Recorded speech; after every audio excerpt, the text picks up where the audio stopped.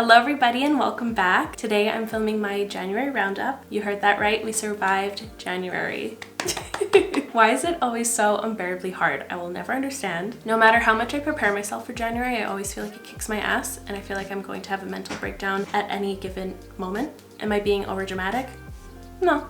But as always, I gather up all of the new products I brought into my collection over the month, in this case, December as well, and I separate them into 3 categories. First being my favorites, which are the products that wowed me the most, that performed the best, and that I see a majority of people really liking and getting along with. And then we'll move on to my liked category, which contains the products I did ultimately really like and that I would recommend, but there's a few things I wanted you to be wary of. They might not be the most unique, or there's just a few things that are holding them back from becoming favorites, you know? And then we'll move on to the last category, which are my dislikes, or the products I found unremarkable. Any product in there I would not recommend. Before we get into it, I'd love for you to subscribe if you haven't already, and let's get started. I forgot about this, but we're actually going to be starting off with my disappointments, so the products I disliked. And I'm going to be doing that moving forward. I think it's funner to end on a positive note. So starting off with my number 1 disappointment, this little thing right here. This is so insulting, you know?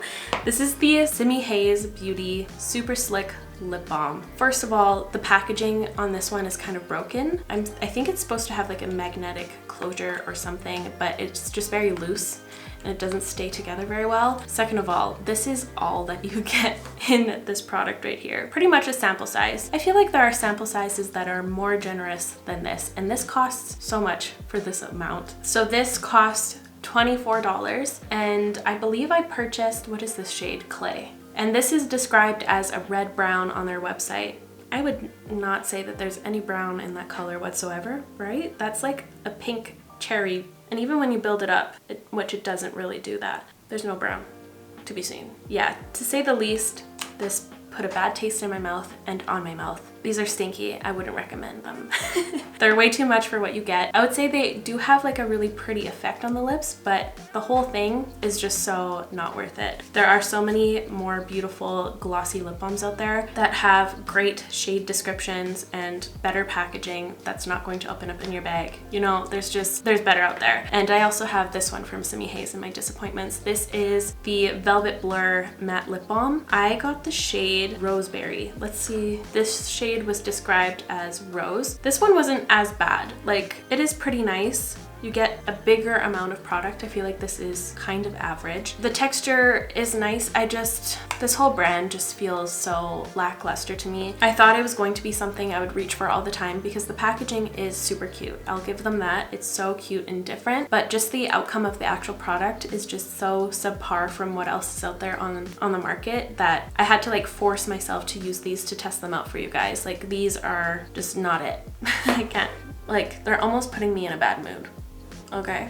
Moving on from Simi Haze, another disappointment of mine was the Rose Inc eyeshadow duos. Oh, I wanted to like these so much. These look so fun. I love the shades that they offer, but they don't perform well in my opinion. Unless if you're like a very effortless kind of person and you just like smudge your makeup on quickly and then you head out, maybe you'd like this, but I just didn't really enjoy the finishes. First of all, talking about the cream shadow, I found them to have like a good formula. They do. They have like a nice spreadability to them. They build up really nicely. They blend really beautifully as well. And they kind of have like this nice powdery finish, so they're super easy to blend on the eye. But they have this pearl inside of the creams that makes it look really patchy. Like, the product will be super smoothly applied, but the pearl will shine differently. It's not very smooth. It kind of gathers up in areas and it just makes it look really patchy. And then for the powder side, it looks so pretty in the pan. It's like this duochrome kind of situation. It has a sheer base and this beautiful sheen, but it just doesn't adhere well. Every time I adhere it onto my lid, it just disappears and dissolves into my lid and on my face. Like, it will fall out everywhere all over my face. So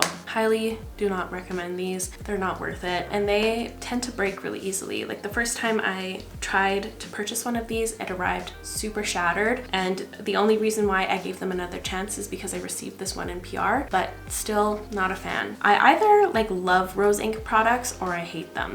There's like no in between. Another disappointment of mine was this eyeshadow from Flavero and Alvedo. I think that's how you pronounce it. This looks so fun. I received a couple things from them. I've only tried the eyeshadows as of right now, but this is the one I tried on camera. I just found them to be very lackluster. The brand is really cool because they don't use any plastics or anything, so everything comes in these little tins, and they use cork to kind of insulate them. I love like the direction of the brand, but the actual formulas didn't feel too great to me. This one was very patchy and hard to work with. Same with all of the other shadows. Same with like the neutral ones. I found them to be really hard to work with. You just got like this initial layer and it was really hard to build from there, and it would just kind of dust away throughout the day. So I wouldn't recommend their eyeshadows. I'm going to be trying out their cream blushes shortly here, so I'll let you know on those. I feel like I'm more confident in that formula, but we shall see. And the last disappointment I have is this Bobbi Brown Skin Full Cover Concealer. I didn't like this at all. This concealer, it looks like it's going on really nicely, blends really good, but then it just sits on top of your skin and it never meshes in with anything else. It just stays above everything else. I don't know why it does that. And I also found that this applicator applied way too much product for what you needed, especially because this is a full coverage concealer. It just like slapped on a ton. It's pretty much like this spoon that just delivers a lot. Look, I'll show you up close here. But yeah, can you see that puddle of concealer? Yeah, that's gonna go under your eyes and screw things up for you. I did not enjoy this one whatsoever. So now let's move into, I didn't really know where to place these two next products, okay? So I'm going to kind of bridge in between my disappointments and my likes because I have conflicting feelings about these products. So the first one is the Simi Haze Solar Tint Blush Duo. I got the shade Red Moon. So this is the product that I find to be like the most worth it from Simi Haze because you get this duo cream blush. One side is matte and the other is glowy, and they actually do perform quite well. But again, the shade description is off. I think this is a red brown as well. Yeah, this was described as a brown red. The matte side does feel really matte. It almost feels like the Item Beauty cream blushes. If you remember feeling those, it felt like a cream but also a powder at the same time. And the dewy side feels just like the Patrick Ta blushes, and it almost applies exactly like them as well. So I did like this one. I just still got a bad taste in my mouth from the entire brand. So I don't know where to place this. This one did perform well, but still doesn't come close to my other blush favorites. But there you are.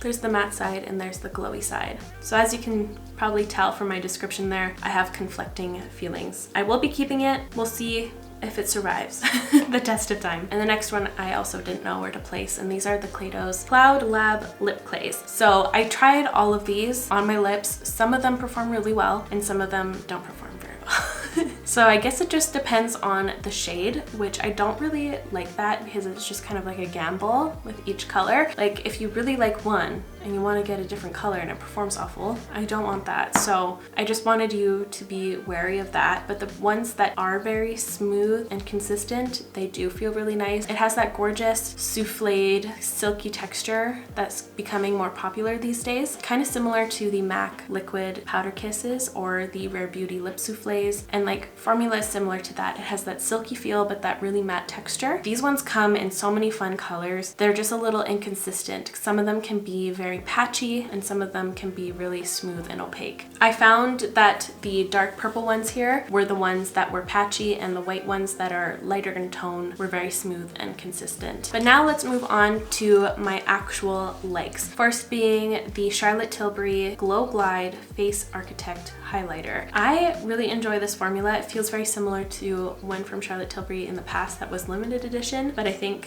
she just brought out a ton of more colors. So it has this really nice silky sheen. It feels satiny. It doesn't feel like a typical highlighter would. It has like this nice moisturized feel to it. It almost feels like a cream powder, and that helps to really adhere to your makeup and sink into your foundation well, and I think it is quite flattering. It doesn't have a glittery glow or a pearly glow. It has like a satiny, cushiony glow, if that makes any sense. But with that being said, it doesn't wow me all the way. I don't think this will ever become a favorite of mine. It just feels like a really nice powder highlight to me. Next up, I have a lip liner here. These are the Bareminerals Mineralist lip liners. I enjoy these quite a bit. They're super creamy. I think they might be the creamiest lip liners I've ever felt. They almost feel like lipsticks in a lip liner shape.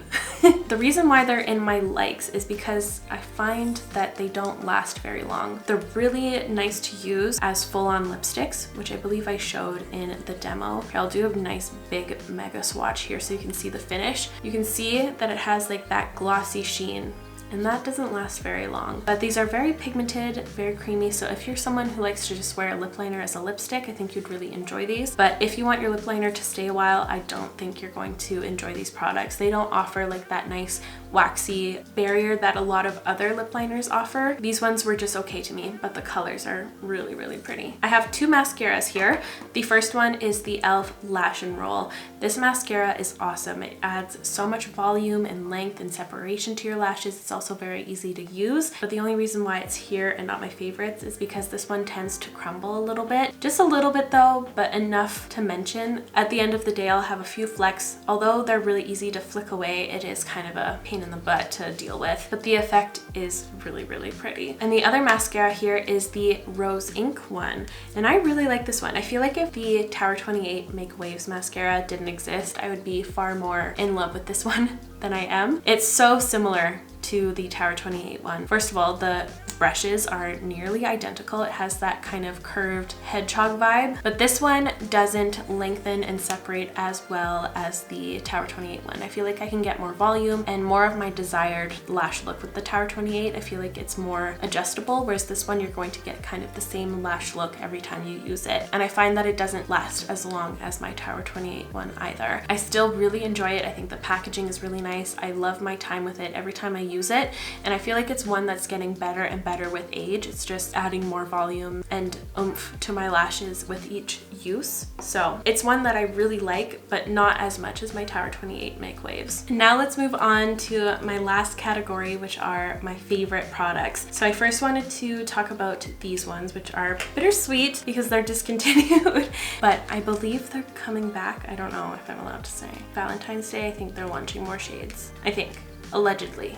I don't know. These are the Charlotte Tilbury Hypnotising Pop Shots. These are some of the most beautiful eyeshadows I've ever used, and I don't know why they were limited edition. I feel like that's a crime. I feel like these need to be permanent. Charlotte Tilbury, if you're listening, and if you are, please make these permanent. They're way too pretty, especially this emerald green color, the shade Emerald Eyes, and this blue one. Let me find it. These ones here, ridiculous. Like, hello? So this one right here is Cosmic Rocks. This one is Emerald Eyes, and this last one, which is the one I've been using the most, is Diamond Eyes. These are ridiculous. These need to be permanent. They have such amazing glow and shine, and they're kind of creamy, and they just work amazingly. She really delivered on this formula, and the packaging is so cute. It has all of these different colored gemstones on it. They're adorable through and through. They work so well. You can kind of shear them out to get this beautiful glittery top coat kind of vibe right here. It just makes for like a glossy lid sheen. They're so easy and fun to use. I've just been in awe with these, and I'm heartbroken that they were limited edition. So I don't want to talk too much about them and make you guys have intense FOMO, but it is what it is. I can't believe. I'm really sad. True tragedy. This is such a fun product. This just lights something within me. This is the Kaleidos Symphony Contour Trio, and you get everything you need to sculpt your cheeks. So you get this nice illuminating powder, this nice ashy contour color, and this kind of warmer contour color. I wouldn't say that it's a bronzer, but it warms your skin prettily. Prettily? I don't like that word, if it is even a word. It's pretty. Okay, and this is a really easy formula to use. You only need a little, and it blends out very softly, and it seeps right into your skin and looks amazing. And then it looks like a true shadow. I don't have that many contour powders in my collection, so this is something that filled a void in my collection. I find a lot of contour powders to be too muddy looking or too powdery, whereas this one has like a little bit of a creamy texture to it, so it's just lovely to work with, and it creates a natural effect once it's on your face. So they really killed it with this one, and the shade range is amazing as well. Moving on, these took my breath away. I feel like I keep growing and growing my collection in these and they have so many things to offer. So first, talking about the concealer. Under the eye, this is awesome. I find that this kind of delivery system for concealer is amazing. Just for personal use, it applies the perfect amount and it always offers like an airbrush effect, I find. I love how this formula is very thin. I mean, it needs to be to pass through the sponge, so it just blends so nicely and sits so thinly under your eyes, but it offers a lot of coverage. These are very, very reminiscent of the Charlotte Tilbury concealer and contour ones and everything of the sorts, which I actually bought darker shades in this concealer to use as a contour wand dupe, and they work amazingly. The color is very similar. The shade Deep Caramel is very similar, and it blends and offers the perfect amount of depth to your face to sculpt it out. They're so fun to work with. I can't express that enough. I also bought the shade Caramel. It offers a bit more warmth than Deep Caramel does. Deep Caramel has a little bit of that ashy tone to it. So they have the concealer version and they also have the Bright Light version, which is a highlighting, which are highlighters. And I actually prefer this over the Spotlight wand from Charlotte Tilbury. I find the formula works a lot better. I like the sheen of it better. I find it to be more finely milled, and I just like how it reflects the light more. And this formula is a bit more watery or oily, so it also blends a lot quicker. It doesn't get stuck. And I recently purchased another shade in these. It's like a pinky one. I thought it was going to be similar to Pinkgasm from Charlotte Tilbury. It's a different kind of pink. I don't know if I like this formula as a blush yet, so I'm still testing that one out. I'll let you know in my next roundup, but I have been loving these all to bits. I completely fell in love with these. These are the L'Oreal Paris Glow Paradise lipsticks. My favorite shade is 130 Nude Heaven. I've been wearing this so much. Like the moment I tried this, I haven't been able to stop. It's become my everyday lip combo. This paired with the Makeup Forever Wherever or Whenever Walnut. I always get that confused. Anyways, whatever it is, that's my new lip combo. I haven't been able to put it down. It lives in my purse. It comes with me everywhere I am. It just offers so much pigmentation, but this most beautiful glow. Oh, they're so flattering. I can't get enough of them. They're also very comfortable on the lips. They are very thin and you can't feel them at all. They just feel like you're wearing nothing. So highly recommend checking those out. They have a really pretty shade range. I'm assuming I'm going to grow it at some point. And next, Rare Beauty came out with some new things. First being the Under Eye Brightener, which has been my concealer ever since it came out. I use the shade Light to Medium. This is the shade Light. It's too white for me, but this is the one I just threw into my Roundup pile. This is incredible. First of all, it has this really fun applicator that I thought in the beginning didn't apply as much product as I wanted, but it actually applies the perfect amount, and it's very cooling because it has this metal tip. It just feels really, really nice. The formula is awesome. It offers a little bit of coverage and it just does such a great job at brightening up your under eyes that it makes it look like it adds more coverage than it actually does. So you just go in with such a tiny amount and it does the most. And it also sits put really nicely. It makes your under eyes look hydrated without getting crepey or creasy or weird. And it doesn't settle into my fine lines at all throughout the day. It always looks flattering and freshly applied. Can't say enough good things about this product. Rare Beauty also launched these beautiful highlights and I just love looking at them. Like the way that they look in the pan looks so delicious. I got a PR package with all 4 shades. I did unfortunately crack both of the ones I purchased when these launched, so I'm happy I have these ones. Look at them. Look how they glow on camera. Are you kidding? I'm holding the 2 shades I use, Enlighten and Exhilarate. Exhilarate is the one I'm wearing on my cheeks today. They just offer like that strobe glow. They're so flattering though. I wasn't sure about them in the beginning because they are glimmery. I wouldn't say shimmery or glittery, they're glimmery. They just shine differently than any other highlight I have ever come across. They have this really unique aspect to them. They are super pigmented, but when the light isn't hitting them, they're completely invisible until you tilt your head and then bam. Look at that cheekbone. I love how it gives my cheekbone the effect it does in the pan, but flattering. It doesn't enhance my texture, it just enhances my face and my glow. These are really interesting. Highly recommend you checking them out when they're back in stock because I know the internet went wild when these came out.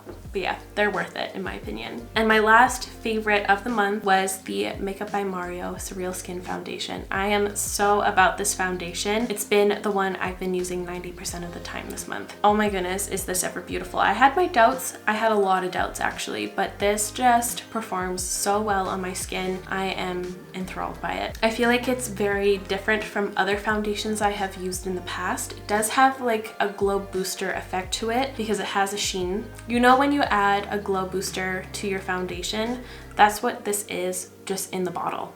It's like a foundation and glow booster in one. And this one performs so well on me. It looks freshly applied even at the end of the day. It performs so well with any other product I use on top of it or under it. It just has been so reliable. I love how it looks sheer, but it also corrects my skin so well. I just find it to be so flattering. I have been so happy with my purchase of this. Huge, huge favorite. But there we have it. Those are all of my mini reviews on all of the products I tried out in December and January. I really hope you enjoyed today's video and found it helpful. If you did, make sure to give this video a like. I'll make sure to link and list everything in the description down below, so feel free to check that out, and I will see you in the next one. Bye guys!